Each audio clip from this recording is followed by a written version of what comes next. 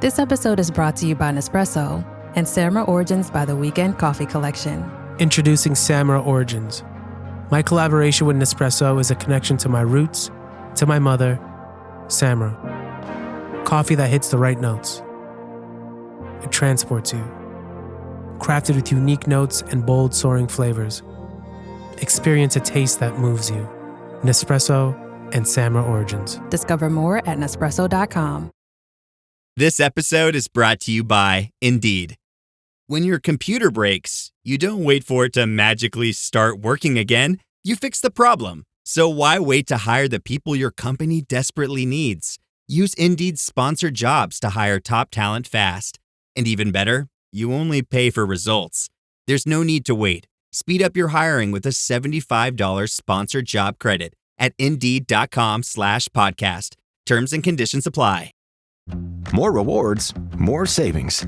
With American Express Business Gold, earn up to $395 back in annual statement credits on eligible purchases at select shipping, food delivery, and retail subscription merchants, including the $155 Walmart Plus monthly membership credit and $240 flexible business credit. Enjoy the benefits of membership with the Amex Business Gold Card. Terms apply. Learn more at americanexpress.com/business-gold. Amex Business Gold Card. Built for business by American Express.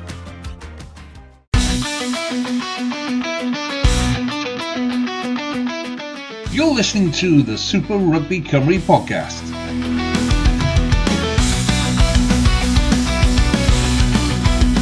Hello and welcome to the SRC podcast.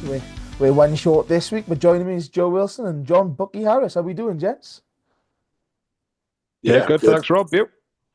Yes, it's nice to chat about some rugby that isn't Warren Gatland on his way out, I'll be honest. Yeah, I will make a change for the last 24 hours.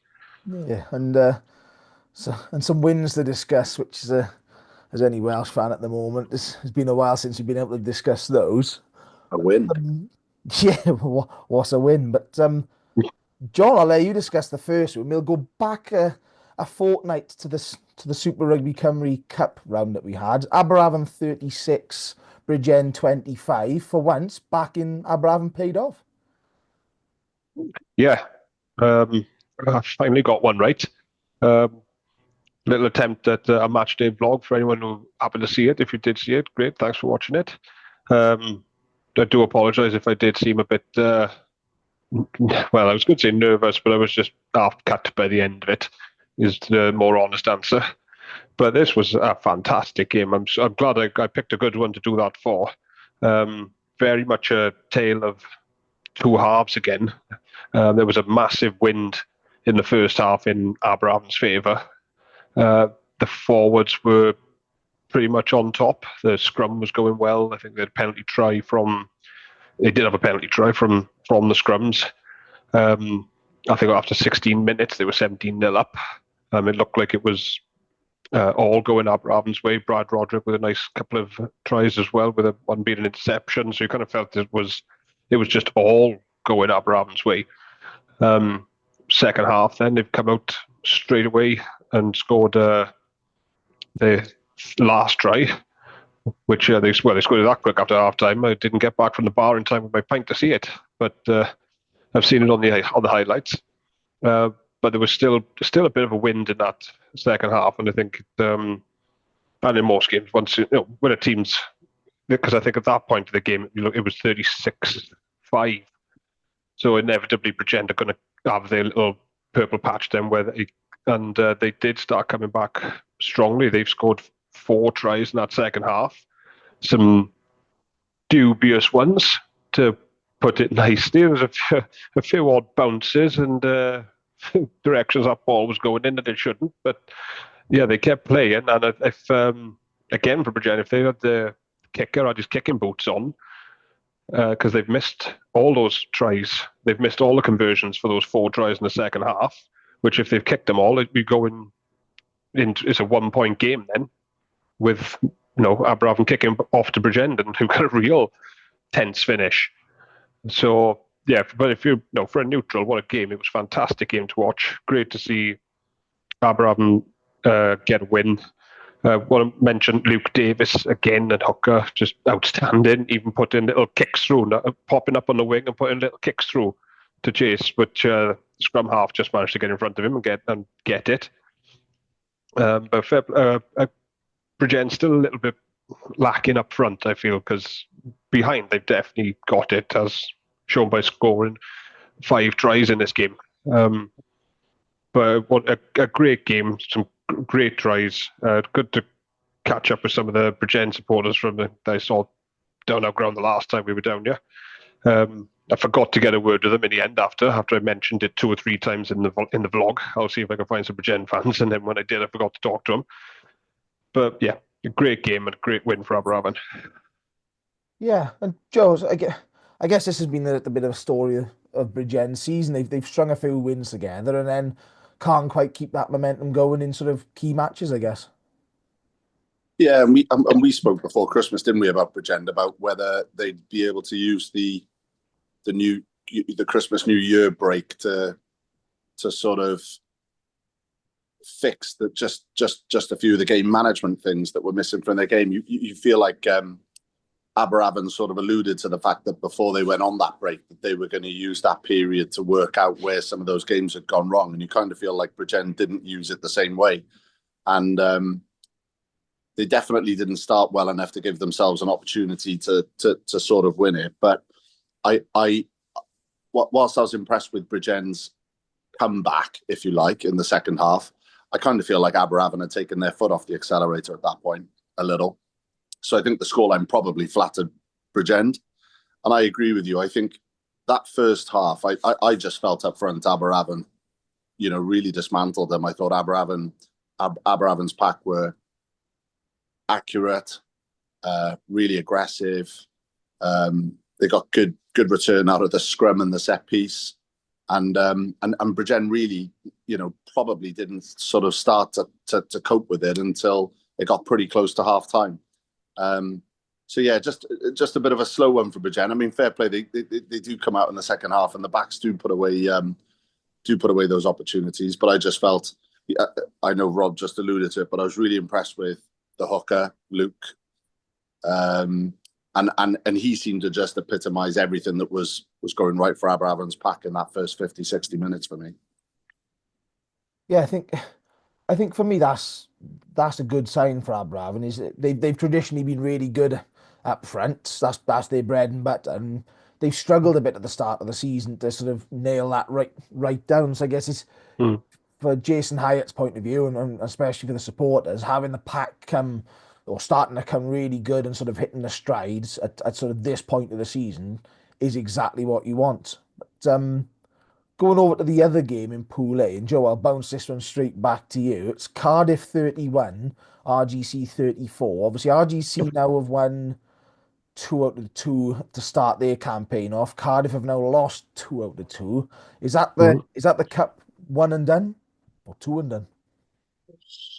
Yeah, I kind of felt going into this little cycle that it was going to be awkward for Cardiff, because I felt that the under-20s exits were going to be pivotal. We were going to be losing a 9 for sure. We were almost certainly going to be losing a 10, a winger, a centre, and I think what you're seeing in Cardiff's play at the moment, I think Fishy's still got them playing the same way. It's just combinations, and at that level, you guys know when you're used to playing at that level, if you're not quite familiar with the guy inside you and outside you, it's a matter of inches about where he puts the ball. So I don't feel like Cardiff are a million miles away at the moment. I just think it's a little bit of disruption caused by exits and the familiarity of the player inside and outside of you. That'll come back, and I think they'll finish that cup campaign quite strongly. But I mean, fair play to RGC. We know that they're a talented team on the right surface, and I think Cardiff's surface suited them quite nicely. So that probably reflects how RGC were able to do a number on them the way that they did. Yeah, and John, we've been praising them for a few weeks now, RGC, but sort of the game feel. They're not on for an upset, are they, in terms of getting out this out of Pool A? Well, it's starting to look like it. Because I think they've got Llandudno next up in the cup, but I think that's at home as well, isn't it? So they've got to fancy their chances in that one. If you can go down to Cardiff and win on that fast track that they're used to, then they're not going to have. Oh, I know Llandudno are the form team and probably form club team in Wales at the moment, but I don't think RGC are going to have any fear of Llandudno coming up. Oh, excuse me. What a great result for them though. I did pick Cardiff for this one, thinking home advantage would win it for them. But RGC they've really hit in some good form now, and they're playing some amazing rugby. When you watch the highlights, the tries they score in are fantastic. So yeah, but like Joe said, it's got to be on the. I do feel pitch has a lot to do with it, though. They do like that fast track. They struggle a bit with the heavier pitches, I think. But they 10 points now, 2 wins out of 2. Don't think any of us would have predicted that at the start of this. RGC 2 from 2 and Cardiff lost 2, so I think Cardiff are out of it now. I think if you lose, you've probably got to win all your games in this group to win it, I would have thought, unless you can pick up both losing bonus points and 6-pointers in your other 3 games. So it's probably down to RGC and Llandudno, I think, in that group now. And that's going to be a massive game that it's a shame it wouldn't be on telly, really. It'd be a cracker. Yeah, I think it's one of those ones. I think we all thought that this was going to be a 2-horse race, and it's turning out that it is a 2-horse race, just not with the teams that we thought. Pool B is probably the sort of the pool that we all thought maybe springing up a few more surprises and a bit more competitive. Carmarthen Quins 29, Pontypool 35. John, Pool are not convincing everybody. They're not getting big wins in the first 2 rounds, but they are racking the points up, sitting top of the table. Dark horses? Yeah. Well, if you're getting 5-point wins when you're not playing your best rugby, then that's you can't ask for more than that, can you? Really? I thought these two might cancel each other out a little bit at Quins ground, because Quins do go much better at home and they can match Pontypool physically. But again, maybe they're not playing their best rugby at the moment, Pooler, but they're still going out and getting a 5-point win away from home then. And they 2 out of 2, 10 points. So I quite fancy Pontypool to win that group now, which would be a bit of an upset, but not massively, mind, because I think we all thought Newport, Ebervale, and maybe Pontypool. So it's not a massive upset, but with the start they've now had, the 2 out of 2 with bonus points, it's going to make this group so exciting now to see. So I'm looking forward to that one. Yeah, and Joe, would you rather be in Pontypool's shoes, points on the board, or would you rather be Ebervale and Newport right now with 6 points on the board each with a game in hand? No, I think, thinking back to my old sort of football days, Fergie said it's always better to have a bird in the hand and have the points on the board. I think I thought Pooler were excellent. There wasn't much between these two sides. And I think even when you look at them on paper, whether it's a league or cup fixture, the packs are capable of going toe-to-toe with each other. I was just really encouraged when the coaching change was made that we'd see Pooler just have a little bit more edge behind. And I think what we're seeing from Pooler now, with each passing week, the combinations are getting used to playing with each other. There's good familiarity there. And there's a real understanding about where the coaching group want to take this team. And I think you'll see them scoring minimum every week. I think they'll be aiming to score 4 tries as a minimum, if not more, and get those bonus points. So it wasn't a massive shock in one sense, but it's still a really difficult place to go down there and get the win. So yeah, I think Pooler are sat pretty now. I think they'll really fancy their chances. I'm trying to think who they've got in the next round. Ebervale, and they're home. Yeah, it's at Pooler Park. Yeah, down at Pooler Park. So I guess that's the big thing with this cup format. That is, you've got 2 home and 2 away, and there are going to be ties that you would favour at home, and there are ties you would favour away. Now, this pool you would want to play Newport and Ebervale at home. It hasn't worked out quite like that, but you've got Ebervale at home, which arguably is probably maybe the best of those 2 fixtures based off league form so far, arguably. But that's what we've been saying is the bread and butter. I think this win was massive for Pontypool. We've said about their league struggles to get into that top four has all been based off their away form. They tucked Swansea out the way, got away with one.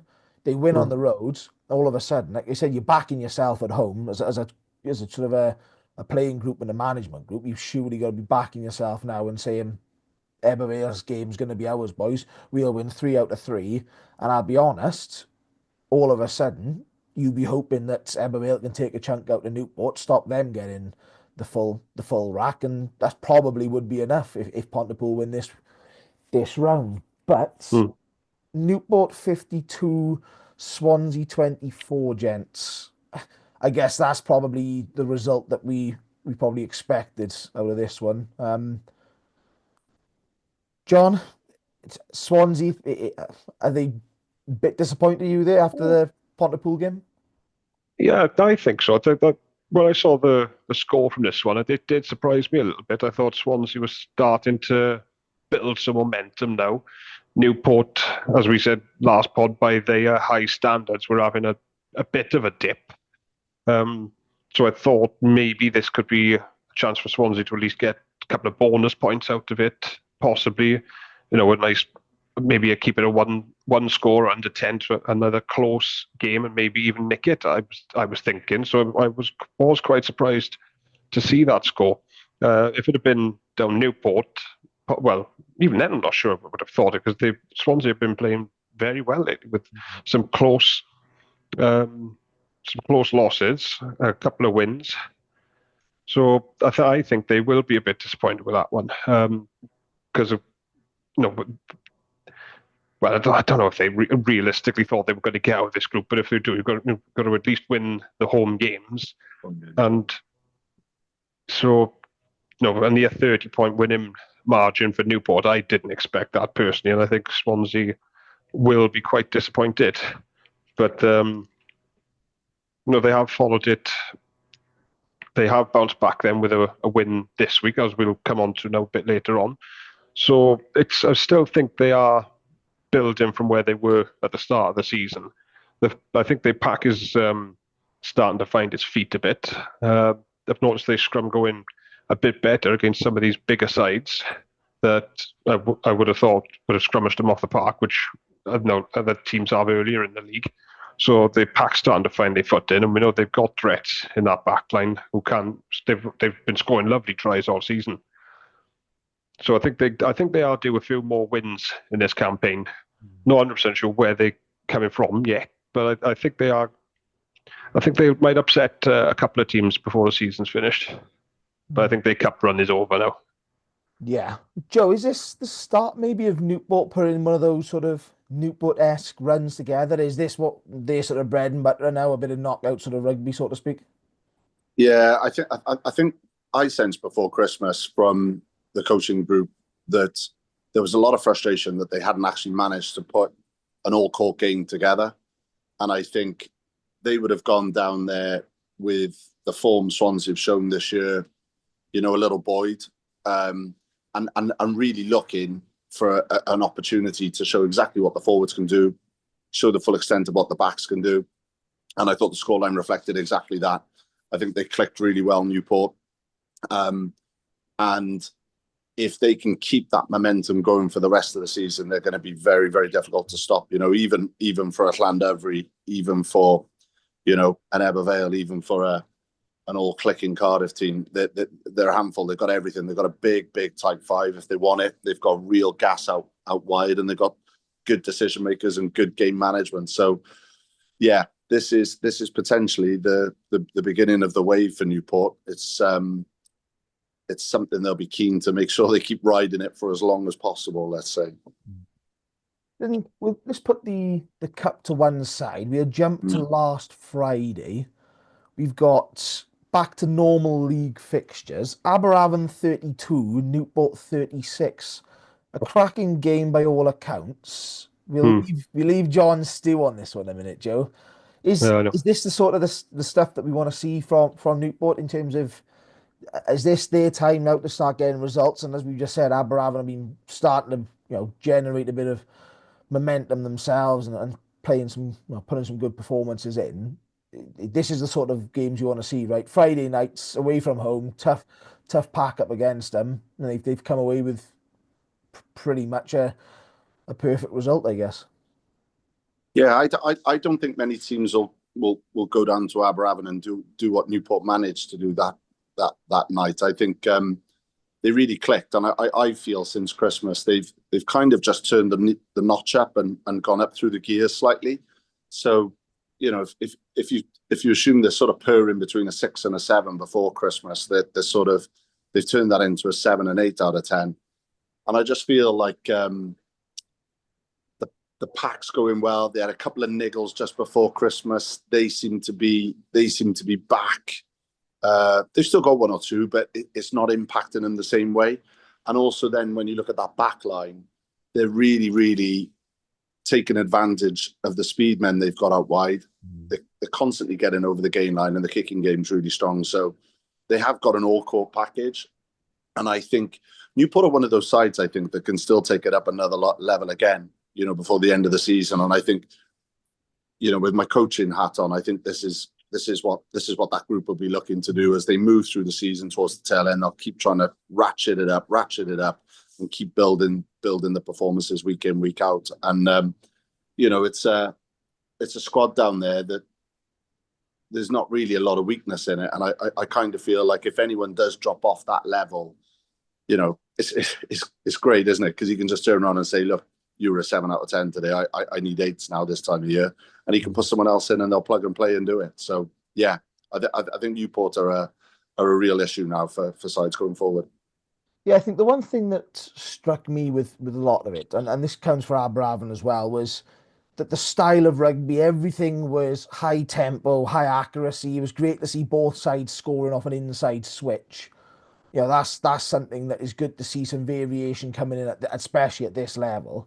I was speaking to Jason Hyatt then over the weekend, and even he said it was great to have a game of rugby that was that higher quality. You know, the coach on the losing side, you know, you've taken some bonus points out of the game, and that's about it. But can still recognise that this was top class. I mean, what's the thinking, I guess, from the Talbot Athletic faithful, John? You know, is it one that got away perhaps a little bit there? Well, I think you've got to think of it like that, because I know it's 3 minutes to go. Newport have got that winner. I wasn't able to make it down for this one. The wife was working, so I was, I won't say babysitting. She hates it when I say babysitting. But I had the notifications coming up from the Twitter to try and keep up with it. They were going off every couple of minutes. It sounds like another fantastic game of rugby if you're neutral to have gone down and watched. Or for both fans, I could see it would have been a bit nail-biting. You know, plenty of tries again. I think it's 4 for Aberavon, 6 for Newport. So, you know, another 10 tries in a game. You know, nearly 70 points scored from this one. You know, high scoring last week.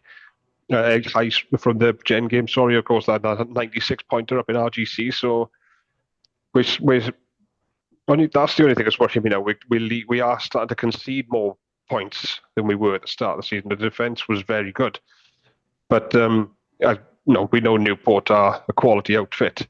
So I'm looking at the highlights again. The pack's gone well again for Aberavon. Another positive, another penalty try from a scrum, which I think is about 4 or 5 games in a row now against 4 or 5 different teams. They've got either a pushover scrum or a penalty try from a scrum.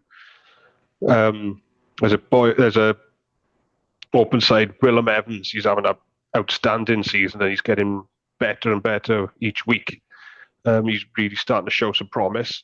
I just want to give a little shout out to Brindley Thomas from my club, Gatland RFC. He made his first appearance for Aberavon on Friday night off the bench. Big 6'8" second rower. I haven't seen much of him play this season, but from talking to the coaches at Gatland, they told me in the season, keep an eye on this boy. He's one to watch. He's big, he's strong, he's aggressive. He'll be something. So glad to see him get his first run out. How old is he, John? I'll be honest, I'm not sure, because I haven't actually seen the boy play yet, because I haven't made up to many Gatland games because I've been trying to get to all the Aberavon ones. But he's got to be early 20s, I would have thought. But yeah, I can't help but think this. The way the game was going, it was very much, Abraham scored, Newport scored, Abraham scored, Newport scored, Abraham scored a penalty, Newport scored 2 tries, and then Abraham. It was so back and forth, but I just wish. I think that shows where Newport's a tiny bit more quality, maybe, and intelligence, game management has probably come in, and they know exactly what they've got to do in that last 10 minutes to win that game, where maybe we are still not quite there yet. Because Newport are quality, and I think that they are starting to hit their strap. After we said they had maybe a slight dip by their standards, I think now they're past that dip now, I think. And with Llandudno are probably up there as the form side in the league. And it seems like Cardiff are just started to slip off maybe from where they were at the start of the season. But that top 4, 6 points separate in the top 4 sides. It's 1 win, and then the whole order changes. So Newport, guys, as you said, I think are going to be difficult to stop now at this point of the season, and they look like they're kicking on and getting better each week. Good to see Ashton Hewitt as well turning out for Newport on Friday and scoring a try as well. Nice to see that regional players come in and play in their games for the SRC clubs when they come back from an injury. So yeah, but again, just another great game of rugby at the top of Athletic and in this league in general. I think this league has been brilliant this season. Just want to put that out there. I got to be honest, I think this is probably, and it may be difficult to actually beat this, but from a full perspective, is game of the season. You've got a really high scoring, quality attacking rugby affair. As you just said, Ashton Hewitt's come back from injury. He's made his first appearance for Newport RFC for 9 years. He scored 1 try. And at the other end of that scale, you've got local players, Gwilym and said Brindley's standing up now as well from Baglan, playing at the other side. So not only have you got boys stepping down the pyramid to get a bit of match sharpness and match fitness after a bit of a layoff, but we've also got boys stepping up to find if they're going to be good enough at this level. And so not only have we had a fantastic on-field game, it's actually been based off a strong rock foundation and exactly what the SRC is all about, right? Especially with all the internationals, under 20s and seniors playing and all away. This is the perfect opportunity for these sort of boys to drop in and out, and it's good to see that we're actually getting good quality games off the back of that. John, it would have been good if they'd put it on telly, to be honest, on the Friday night, the night before the Wales game, just to whet people's appetite a bit. That would have been a good thing to do. John, did you think that was there a difference in the benches ultimately for Newport? Was it Newport's bench just sort of empty and being a little bit stronger, perhaps at the back end of the? Yeah, there probably is a little bit of that as well, because I'm not sure. We've got a couple of boys away with the 20s as well. I think there is a few injuries, so it probably has. Yeah, that probably has got a bit to do with it as well. But I also just think it's Newport's just nous and intelligence and knowing what to do in these games in those situations to get over the line. Yeah. And if we go to the other game on the Friday, St Helens, Swansea 27, Carmarthen 22. Just the second time that Swansea won this season. They've both come at home. Not one, Joe, that I guess that I certainly wasn't backing Swansea in this one. So it's good to see for the league, right? Absolutely. We've spoken quite a lot about how, attacking shape-wise from Swansea, there probably wasn't enough creativity there, enough options from an attacking perspective, and also the platform really wasn't being laid by the forwards, but they got it right that night. And I think on the flip side of that, from Carmarthen's perspective, that loss followed by the following week, you're kind of looking at it going, oh, for Carmarthen, thinking, is this the beginning of a downward trend for Carmarthen, the way the last couple of weeks have gone for them? So I think fair play to Swansea. They keep turning up and they keep grinding. And you know, I thought this was just due for the amount of effort they've put in this season, you know, because it is difficult, you know, especially when you've got a young team. You're sort of grinding away there and you're not perhaps getting what you're doing on the training pitch isn't transferring onto the pitch. Well, you know, the scoreline suggests that definitely happened a lot more during that game. And I think if you're Carmarthen, you're probably rubbing your head going, how on earth did we lose that, you know, given the form Swansea have been in. But no, fair play to Swansea. You've got to take your chances and you've got to keep plugging away. And that's exactly what they did. So really impressed for them that they got that win. And I hope they can use this now as well. Just really kick on, you know, just get a few more of the errors out of their game and get a few more wins under the belt, because the last thing the SRC needs is one team cast adrift at the bottom. You know, we need every team being super, super competitive, and we can see that at the top end of the table. And there's a bit of a disparity then for the bottom too. So it's just trying to make sure that, you know, everybody's capable of beating each other on their day at home. And we've got a fantastic development league there for these young boys under 23 and under to come through.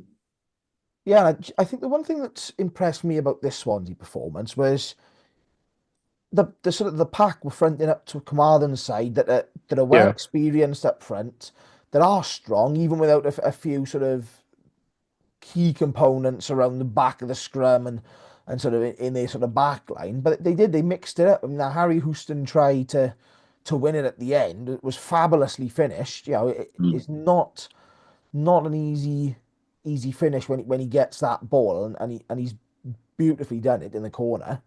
But I think that's probably a sign of where we've seen Swansea over the last couple of months. They've got a win over Aberavon as a bit of a, I guess, a one-off as it was at the time. Otherwise, they've been a lot of sorry, John.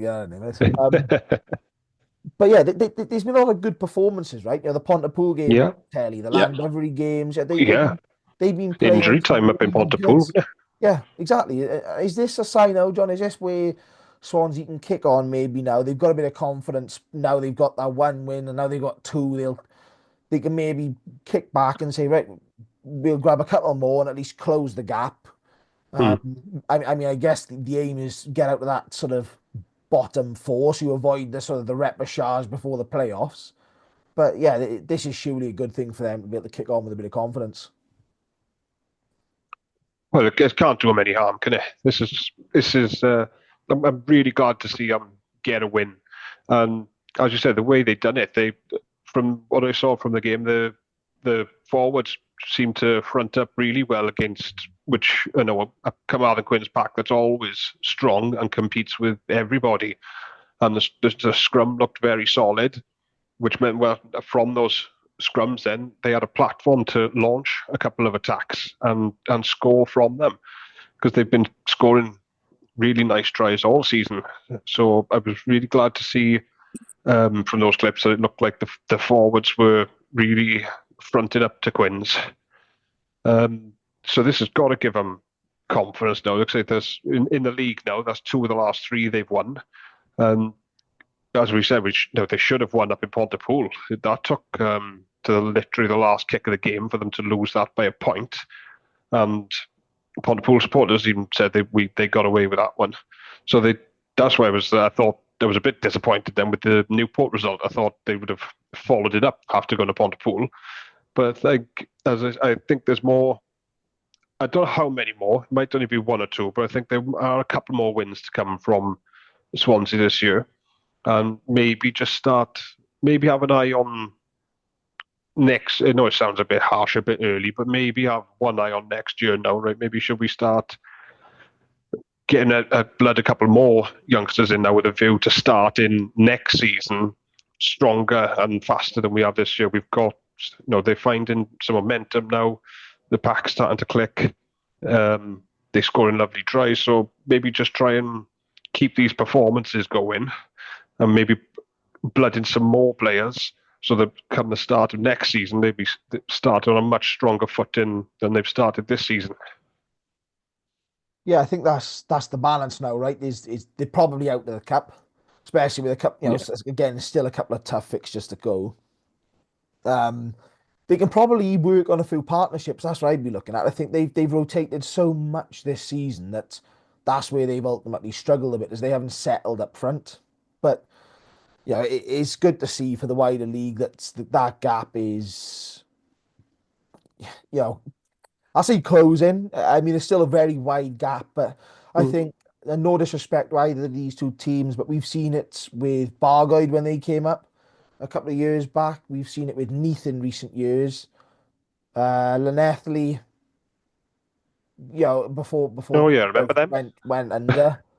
Is you don't want that side that's struggling at this level, right at the bottom, and at a significant way below the sort of the rest. So it's, yeah, you don't want that to sort of happen. And like I said, there's some exciting things going on at St. Helens with the Ospreys development coming up now in the next couple of years. It'd be interesting to see if that again sort of gives them a little bit of a boost, I guess, on in terms of playing, and will they have a bit more of a regular academy allocation, and will they see any senior players dropping down for some game time, as we've sort of seen around elsewhere.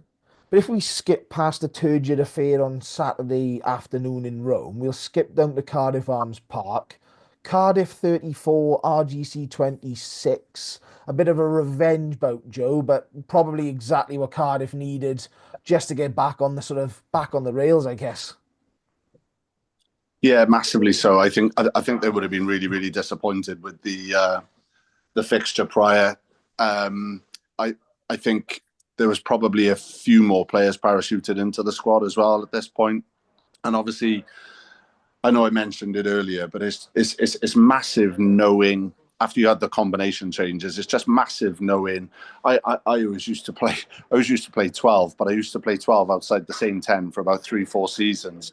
So I knew exactly where the ball was going to go every time it was slow ball or I was being sent on the crash. And it's really stupid, but it could be 4 to 6 inches where that ball's being placed under high pressure. So, that extra week of training, the extra couple of weeks of training that you get, and those combinations of getting to know each other, it told in the end. And I think it was as well it did, because I think the Cardiff team, as young as they are, I was kind of looking at it thinking if they didn't get that monkey off their back and turn them over, I'd be a little bit worried about where the next couple of weeks would go, and it'd end up being a little bit roller coastery. So I think it was a good result. I think it was a fair result. I thought RGC, they did travel. To be fair, they did well. They did cause us a few issues, but I just thought Cardiff were able to, when they got their noses in front, they were just able to sort of shut the game down. And RGC really didn't have an answer at that point then to claw themselves back into it at that point. So a very good win, given everything that had gone on in the previous couple of weeks for Cardiff. Yeah, I think it's like I said, it puts them back on top of the table as well, which I guess even if you're looking at games in hand is always one of those mental sort of things. All right, we've got the points on the board, boys. We are top at the moment. Is this, John, a bit of Cardiff's experience sort of shining through, even though they're still a young squad? This is RGC's lack of game management, and that's why they're probably down the bottom end of the sort of table. Yeah, they probably. I got a feeling they're probably focusing more on the ISRC, the league, than they are the cup.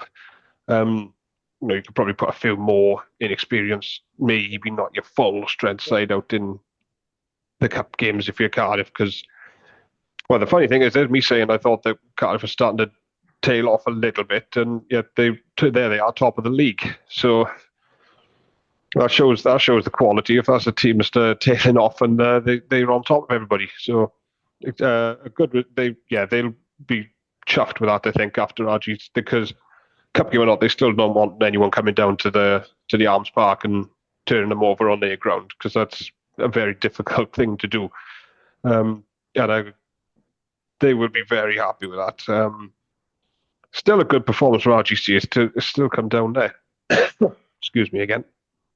No, they've gone in leading at half-time, RGC again. So they've taken it to them, and they would have been full of confidence from the week before, knowing we can beat these. We've done it last week. So, but yeah, that's probably what's made the difference. Similar to Newport with Aberafan, just that game management, the knowing what to do, probably learning from the week before exactly right. This is how we need to handle RGC in the second half now to make sure we're not in the same position again. And they've done it, and I just can't believe how close that top four is. It's brilliant for the league. It's great that we've got four really strong sides who can all beat each other and beat everybody else in the league as well. Picking a winner this year is going to be massively difficult. So there's going to be some massive important games before this season's done. And I can't wait for it. Yeah, I mean, you only got to look at the table. Cardiff, as you said, they've had a bit of a rocky road since all the international camps. 56 points. Llandovery, 55. Ebervale with a game in hand on 52. Newport back on 13 games with 50. So that's 6 points separating the top four. We then go back to Bridgend, 35. All the way down to Carmarthen, even in ninth on 26. So there's only 9 points then as well.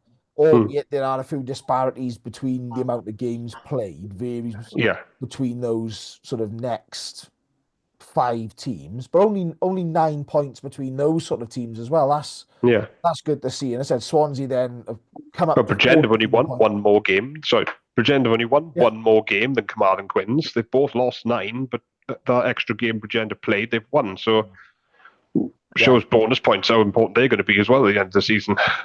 Well, that's just it. Pontypool, they're only 1 point behind Bridgend, but have got a couple of games in hand. Aberafan have only played 12. Quins have only played 13. All the rest around there have played 14 ties. And I said then you've got Swansea back to 12 points off the back of Carmarthen, depending on what they do in their game. But if we go, and I think that's what's been really pleasing though about the league is that most of the coaches have embraced the fact that if you can focus on getting your bonus points and play that attacking rugby and score the tries, every 5 games you're getting a free win. You're getting a 4-pointer or a 5-pointer. So, I think that's what's been really refreshing about this league, and perhaps where the difference is between an SRC league and a Premiership league, which is the Premiership's just about grinding out wins. The SRC's both development and trying to play this attacking rugby to produce the players that can, hopefully get to international level and are used to trying to create and finish off scoring 4+ tries a year. So I think most of the coaches have embraced it. And you're seeing that in the competitiveness of the league and the tally now that's starting to come through. It's really good. Really, really good. 100%. And I think Mark said it but the other week on you, and it's like a 4-point win is no longer good enough. If you're 4 points winning, you're losing ground on that, especially if you're in that top 4. In that top 4, especially. Next sort of battle. And for anyone who's still trying to catch up on a bit on the structure, you want to finish in the top 6 because the bottom 4 go into a playoff.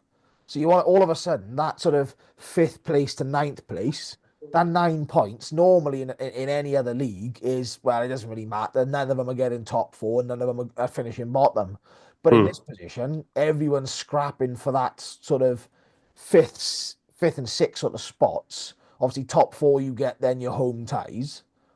But it does add that little bit of jeopardy. And also, like you said, wins just aren't good enough. And this is where I think certain sides are getting caught out is when they win, they're only getting 4 points. So when they're losing, the gap is growing above them.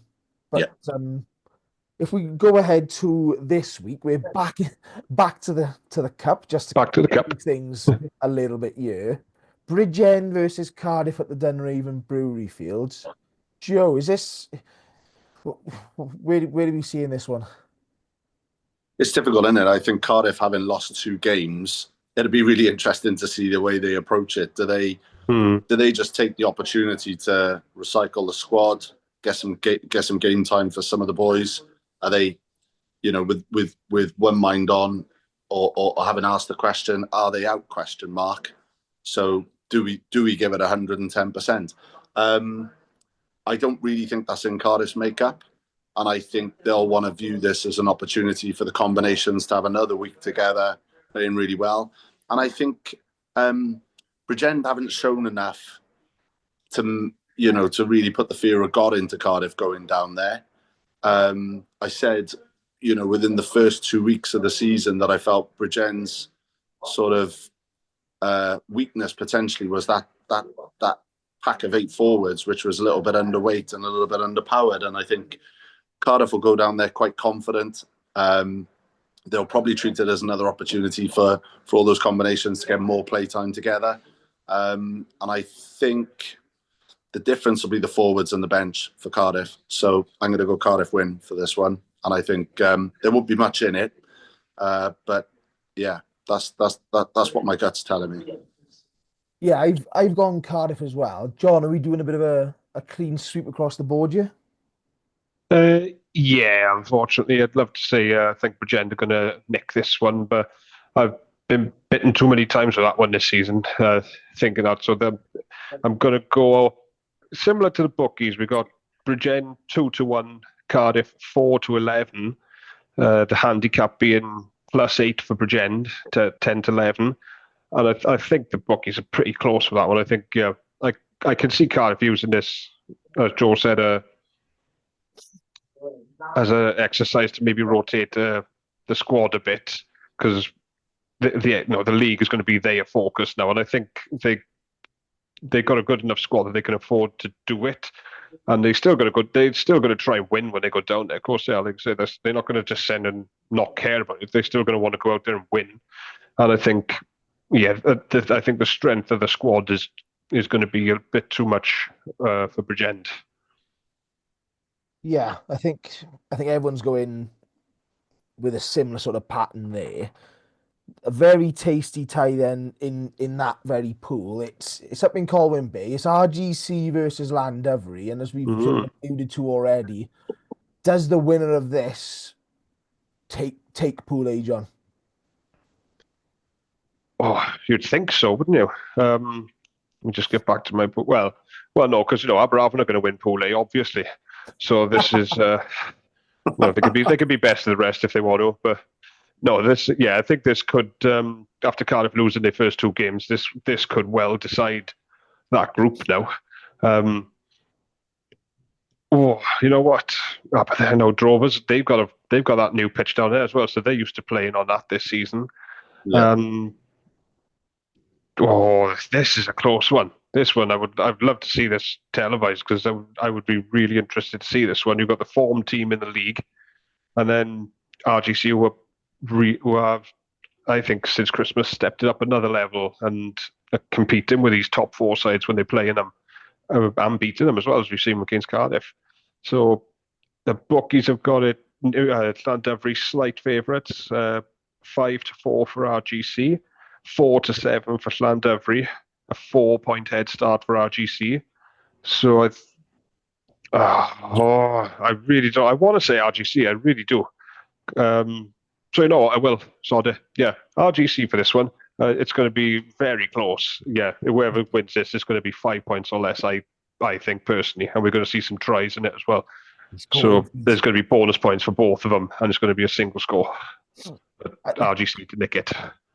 I think this is the key with this game, is we've said about the bonus points in the league and the way that they're working is, I think both sides here are just going out and chasing. I think if RGC can get a couple out of this game, I think all of a sudden, even a loss, it doesn't automatically detract that much. They're only losing 3 points on Llandovery. They'd still be top for the time being on a game extra played. I'm going Llandovery on this one. I think the Llandovery at the moment have got too much. Joe, I can see why. Yeah. Are you going back to your favourite RGC picks? Yes, I think the difference between the two sides for me here, and it's off the back of RGC's results in the Cup. I think RGC will fancy themselves for a little Cup run, and I think they'll resource this game really, really strongly. Whereas I think Llandovery are one of those sides and squads that'll would ideally chase a league and cup double. But the fact that they have got that league and cup double mentality means I don't think that they're going to resource it the same way. And by that, I mean, as a coach, if you're looking at your squad and you've got a player that's sort of 80-20, if it was all or nothing and you were chasing the league, this is what you go after. Well, they're the decisions I think RGC are going to make because they're going to want to have a crack at the cup. I think Llandovery have got a little bit more of an eye on the league than RGC, and they'll definitely want to win that. So I am going to go for RGC at home. I think they're a difficult opponent to beat up there. I still don't think anyone's come to terms with the travel of getting up there. I know we've seen a couple of results that have sort of bucked that, but by and large, it's a pain in the backside to get up there and get loosened back up and play. And I just think RGC at home are a different kettle. So yeah, I'm going to go RGC here. Big M would be proud, gents. Big M would be proud. We'll cross over into Pool B, and if we excuse the dogs fighting in the background for a second, because obviously they've lost interest in all the SRC nonsense that we discuss. Newport versus Quins. Newport on a bit of a resurgence at the moment. Now I know Mart has gone for Quins on this one. I'm going Newport based off actually. Yeah, it's Mart. He's in his Aberafan mode. He's going Quins. I was going to say, yeah. Yeah. To be honest, is at Newport. Is at Newport Stadium. I can't see the way Newport have played the last couple of weeks. I think this is their little run at the moment. They've got a settled squad. Be interesting to see if the likes of Hewitt are back in for another bit of game time. If not, they still got a very strong set of wingers out there. John, I'm going to say you're going Newport based off the fact you couldn't believe Mart's gone Quins. Yeah.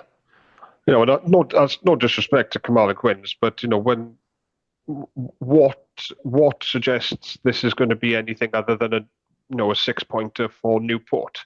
They've beaten sides comfortably at the moment.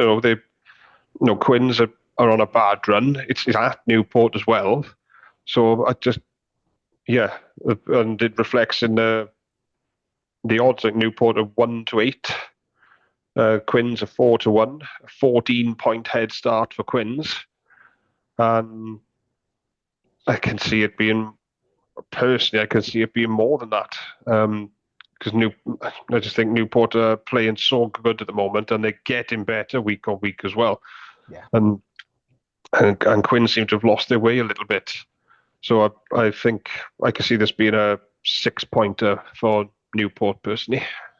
Yeah, I think the Quins have already had 1 6-pointer in this competition against Ebervale the other week.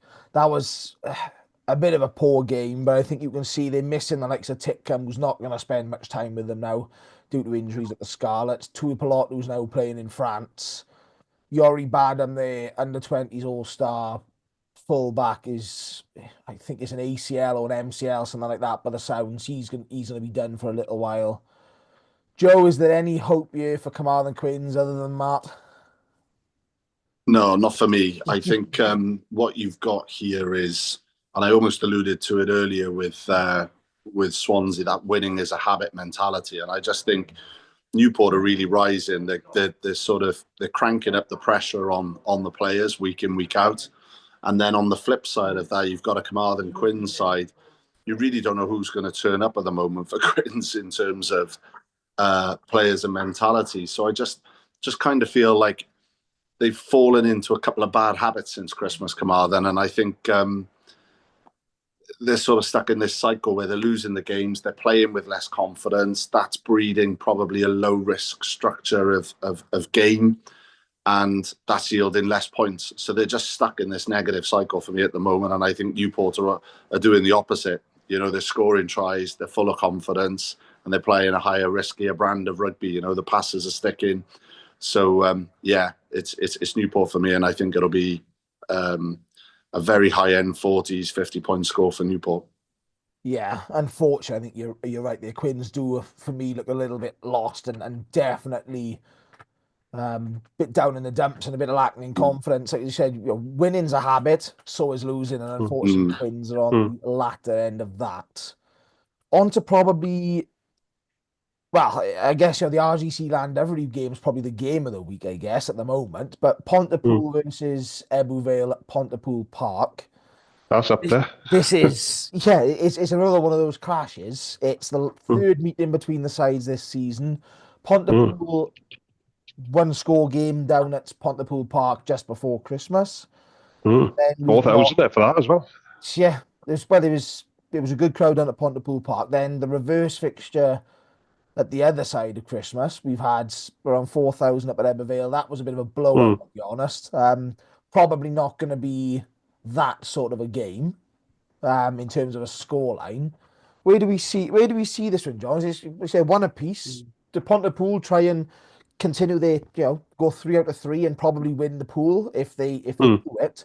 Or is this a sort of an Ebervale have learned the sort of the mistakes they made when they last visited Pooler Park and going to take a win out the bag?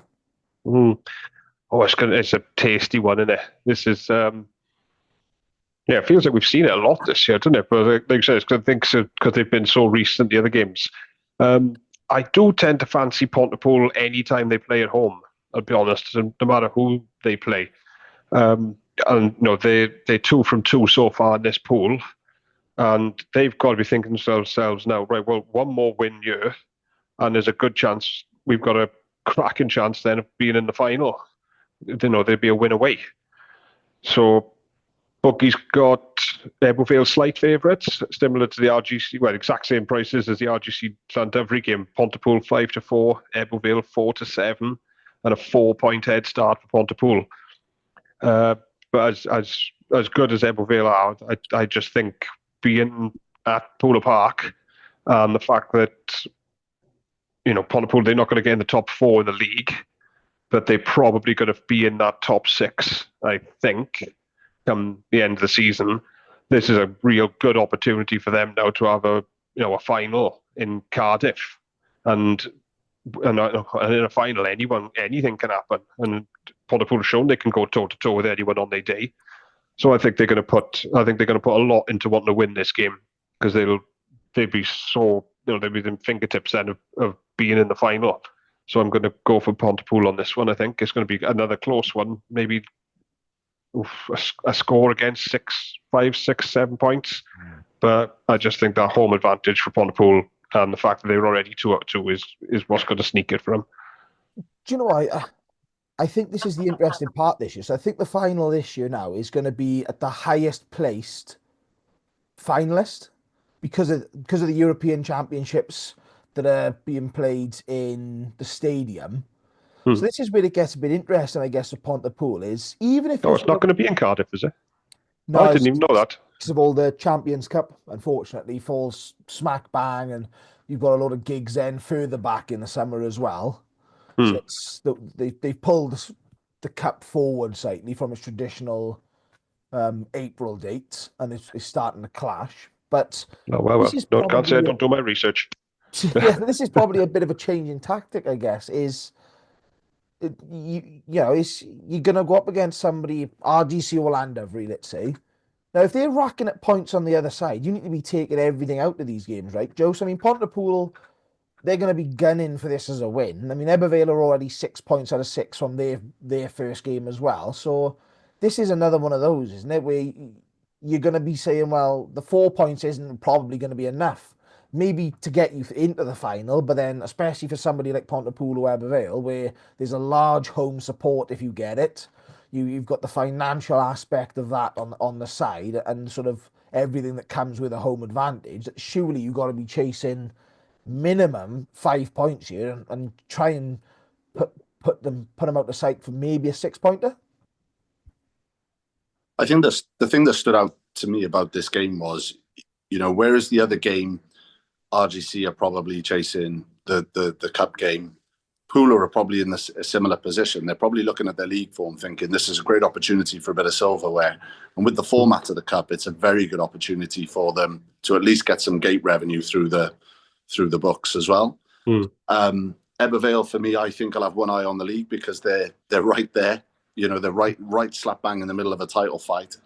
And it's at Pooler Park. So I think the interesting thing between the two games, though, is whereas the RGC Llandovery game's being played on the carpet, you've got an old-fashioned game with a bit of grass and mud down at Pooler Park. So I think you're right. I think they are going to be chasing tries. They are going to be chasing points, but it'll be a horses for courses, and there'll be some different styles on show between the two different games. I think they're going to be two cracking games. I genuinely wish I could catch both. Because I just think you're going to see a blood and thunder Gwent derby at the one end on grass, and then at the other place you're going to see all the whippets flying around. Yeah. You're going to see all the whippets flying around on the carpet. I just think they're going to be two cracking games. So it'll be interesting to see how it unfolds. But I think Pooler will have an eye on the cup. They'll want to go after it. On that surface, if anybody can stand up to a Pooler pack at Pooler Park, it's Ebbw Vale. So I'm going to say Pontypool by 4. I think it's going to be that tight, but I'm expecting both teams to score in excess of 4 tries. I think it's going to be a real humdinger. Yeah, I think the last time that they met at Pontypool earlier in the season, it was a bit of a weird one. We had a bit of an incident before the game and then the game itself wasn't a high quality affair really, given the quality of the two sides. I think with pre-match stuff being settled for Ebbw Vale, and with Evan Lloyd at this stage, his leg is going to be back to sort of full fitness when it wasn't at that sort of stage.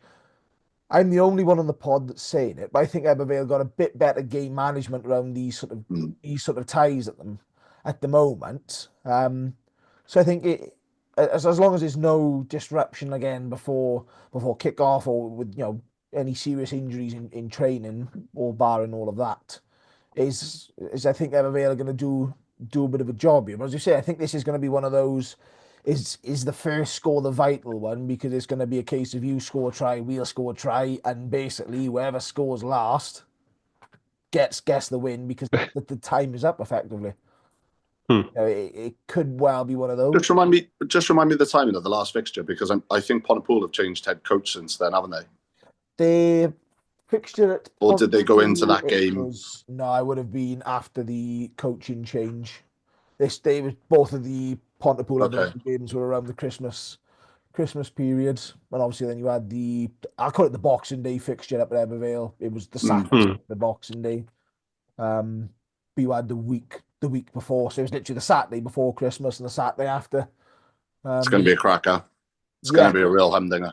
I think the good thing about this sort of game is there's going to be a big crowd as well. You have that big game atmosphere and a big game feeling. Is all too often, and unfortunately, we see it across the game in Wales, where these big games, especially the SRC, the old Premiership when it was on TV, you'd have a big game, two form sides, and then there's nobody at the crowd. So if the people at the ground, and there's no atmosphere being generated as such, or no big game feel being driven by the wider sort of audience, I guess. But if you're seeing, again, say 2,500 down at Pontypool Park on Saturday, and both sets of fans are loud, both sets of fans are passionate and will back their team from before kick-off to sort of after kick-off, after the full-time whistle, that all adds up to being one of those old-fashioned derbies, I guess. The sort of a bit of a rose-tinted derby, I guess, is the best way to describe it, in terms of it goes back to the days of people come out and watch it. They won't be out for the game next week, and they weren't out for the game the week before.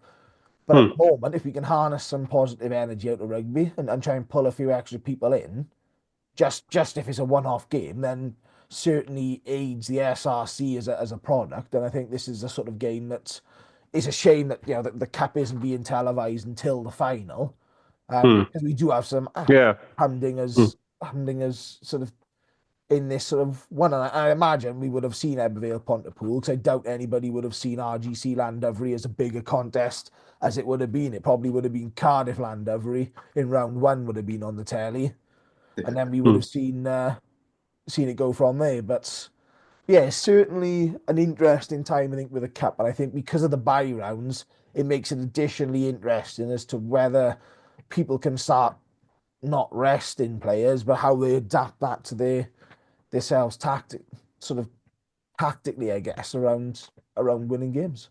Yeah. Sure. So if people are still listening, drop us a follow on Facebook, drop us a follow on Twitter. Other than that, gentlemen, we've covered off three weeks of rugby. It's been a productive. Done well, but lads, enjoyed that. Gosh. Thanks for all joining us. And we didn't mention WG. I think I accidentally slipped them in at the start, but Yeah, the Easterby Gates doesn't sound quite as good. No. But thanks for all joining us. We'll be back to normal with the fixtures going ahead. Thanks for listening. Yeah. Cheers, Get gents. out there, watch the games. Have a good weekend, everyone. Cheers, guys. Cheers, guys.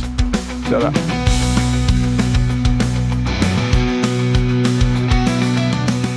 That was the Super Rugby Cymru podcast. Please rate, review and share us on socials if you can, and join us again next week for more of the same. And until then, enjoy your rugby.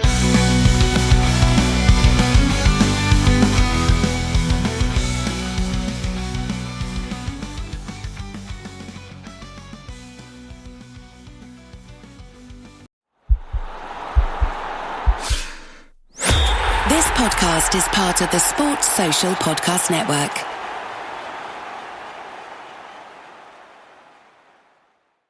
They got Willa. They got my daughter. I need to find her. Ah! From acclaimed director Paul Thomas Anderson. You can save that girl.